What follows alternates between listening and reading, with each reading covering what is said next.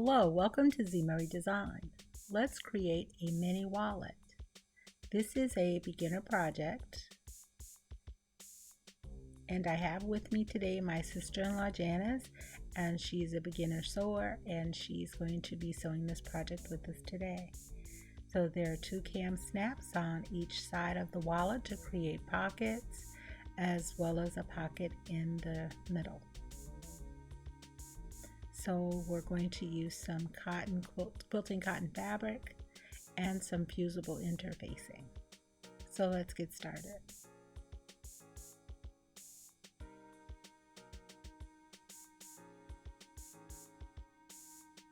So you'll need 2 pieces of fabric for this, one light, one dark, and they'll measure 13 inches by 13 inches square.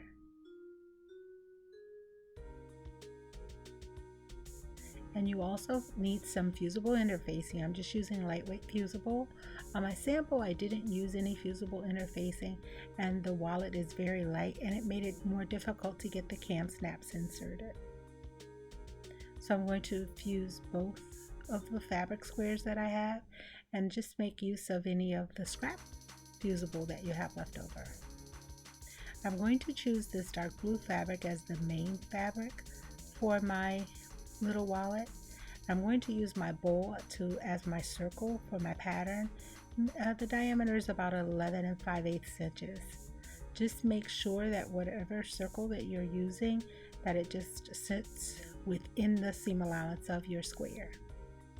I'm going to trace it around on the main fabric that I have on the wrong side of the fabric, and just trace around it. I'm tracing around with a pen so you can see that circle. And I'll have Janice to do the same. Now the line that you have traced around, that's going to be your sew line.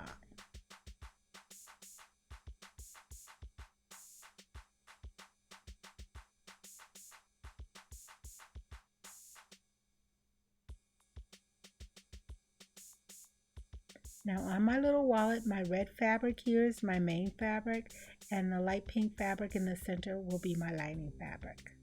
So for what I'm sewing, that's my green will be the center, and the light blue will be the outside fabric.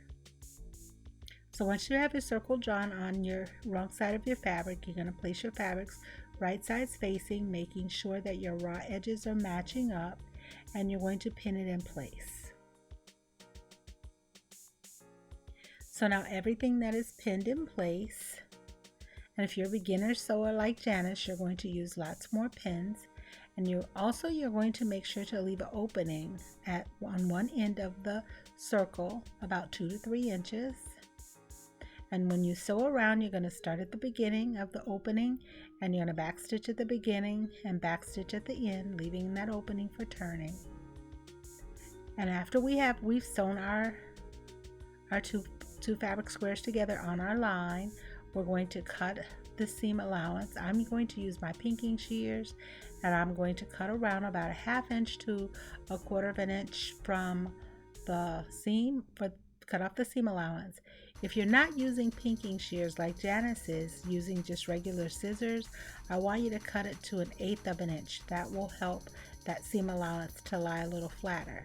Now when you get to the opening, I want you to cut that seam allowance back about 1/2 inch. And after you've cut all of your seam allowance, I want you to finger press that seam allowance of the opening. Just finger press it back.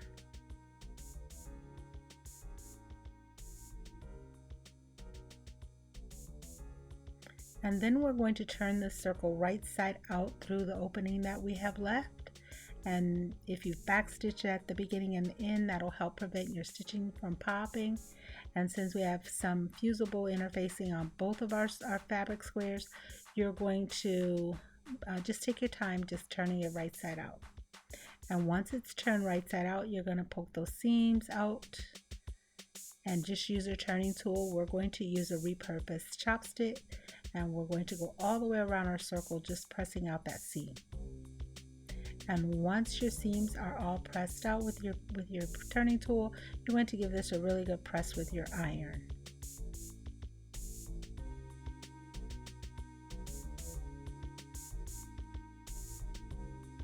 So Janice is going around and she's making sure that that seam is all poked out there. Then you'll take it to the iron board and you'll give it a really good press. So now determine what's your outer fabric and what's your lining fabric. That's my lining. That's going to be Janice's lining, is the dark blue. So the next step is to take it back to your sewing machine and you're going to do a top stitch all the way around, about 1/8 of an inch or 1/4 of an inch from the edge, and that's to make sure as well that you close the opening that you used to turn the circle right side out, and then make sure to increase your stitch length.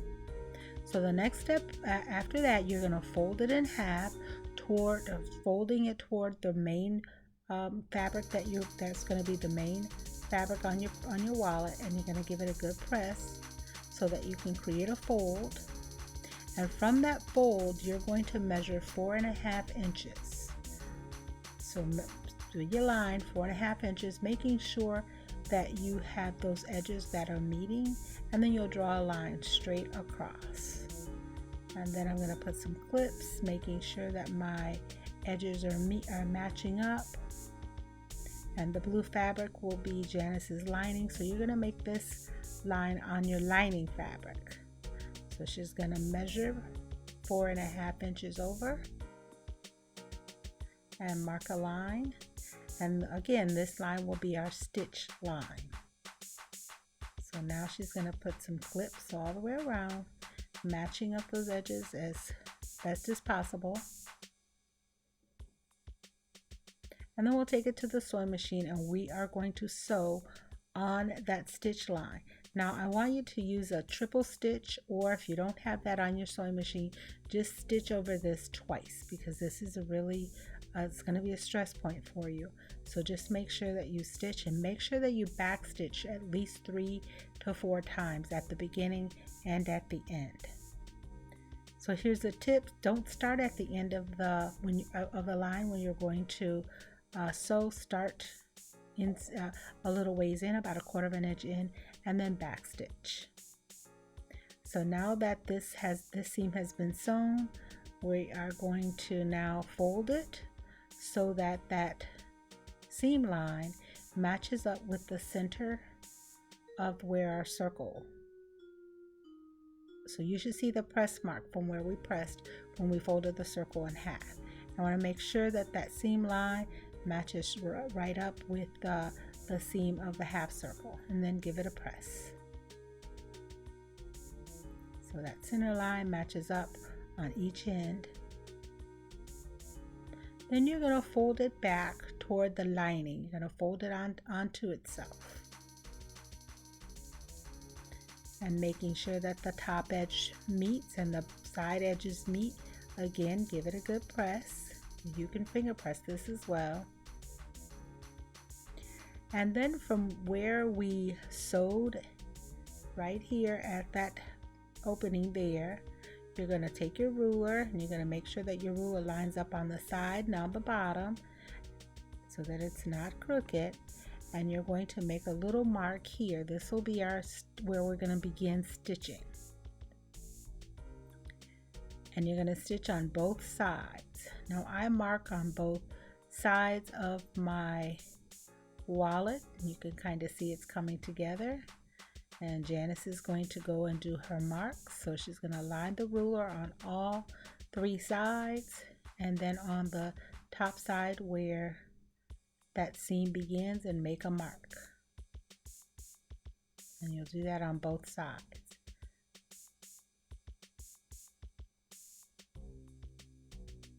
Now this is where we're going to start our next seam.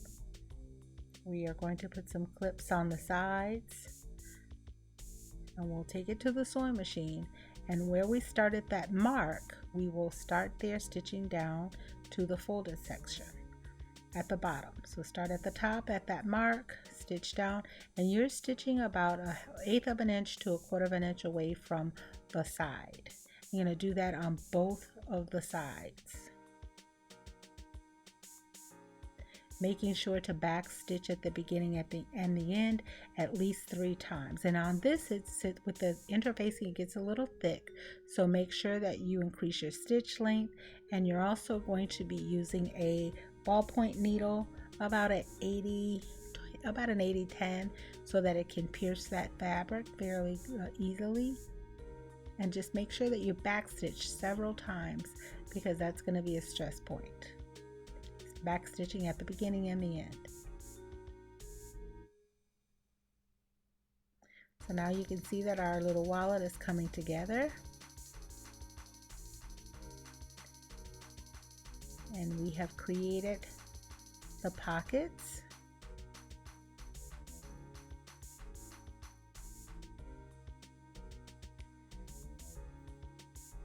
So I'm making sure to mark the center part of my wallet. See where Janice is folding in? That's her center, because that's where we're going to measure down to insert these cam snaps. Now you can see that initially I chose the blue for my outside fabric, but I changed it to the green. I just like that green fabric a little better than that blue, so I changed it so that the green is my outside fabric. So I'm going to match my cam snaps to match the main part of my purse, my little wallet, and Janice is matching the blue cam snaps for her wallet. So you're going to need 2 of the prongs for one side, 2 prongs for the other side, so that's 4 prongs in total. You'll need 2 mommy snaps and 2 daddy snaps, 1 set for each side.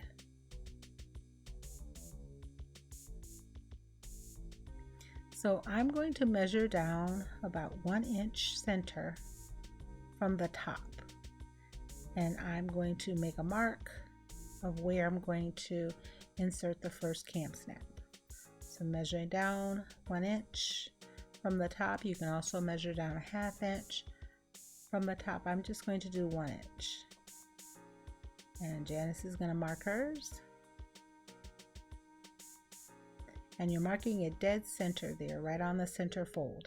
And you'll do that on both sides. So turn it over and do the marking again.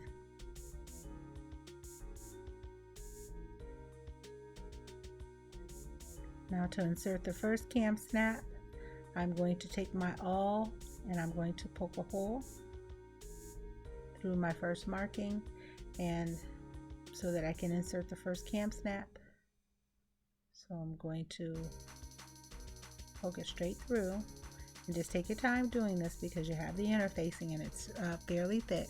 And again, I'm using quilting cotton for this project.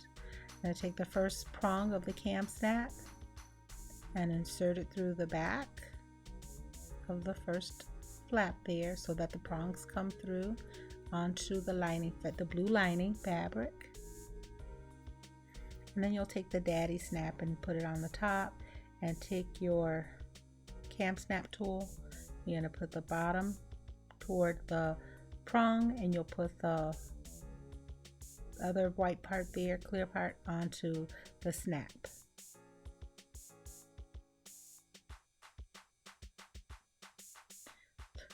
And you press really hard, and now your one snap is in place. So now you'll fold your little wallet, you'll fold it over, and then you will mark where that snap is going to be meeting and make a mark there. This is so you can insert the mommy part of the snap. And again, you're going to poke a hole through the awl. Now on this part, making sure that you're only poking the awl, you're only going to do the hole through the pocket part, not through the whole wallet, just through the pocket part. Hope you can see that. I'm only poking through the wallet part. And then I'm going to take the prong, and I'm going to insert the prong inside the pocket part, so that the prong comes through the outside. I hope that makes sense. So you're going to go inside the pocket and bring the prong up. And you're going to put the mommy part of the snap on top of the prong. And then using the tool, you will close the mommy snap in. Now this part is a little tight, so just take your time getting your fingers in there and inserting the prong and inserting the snap tool. And my prong fell out, so I have to reinsert it through the hole and put the mommy snap back on. And then I'm kind of holding it while I get the tool in there in order to snap it. And then I'm able to snap my wallet together. And the first wallet pocket is all snapped and ready to go, and I'll just turn it over and do the same thing to the other side. And yep, after coaching Janice there a little bit, she was able to get both snaps on. And now one wallet down. She liked the project so much, she went on to make 2 more of these wallets. She's going to give them as gifts. She's visiting for the holiday, and when she goes home, she's going to give these as gifts to her family. And they were fairly easily. We made 6 wallets in under an hour and a half. So they go together fairly quickly. Now, like I say, the first wallet, the red one, had no interfacing, and then all the other wallets that we made had interfacing on both sides. So that gave it a little bit more structure. So now here are all of the wallets that we finished. We did 6 all total. And one of the most difficult parts that Janice found was doing those side seams, because you're going through the thickness of the fabric. So increase your stitch length on there. And I would also go over that part at least twice on both of those side seams. And make sure that you're back stitching at the beginning and the end. And go over that center seam at least twice and back stitch at the beginning and the end. And that's one of the most difficult parts she found. But we finished the project. It's very quick, very easy. Make great gifts. So thanks for watching.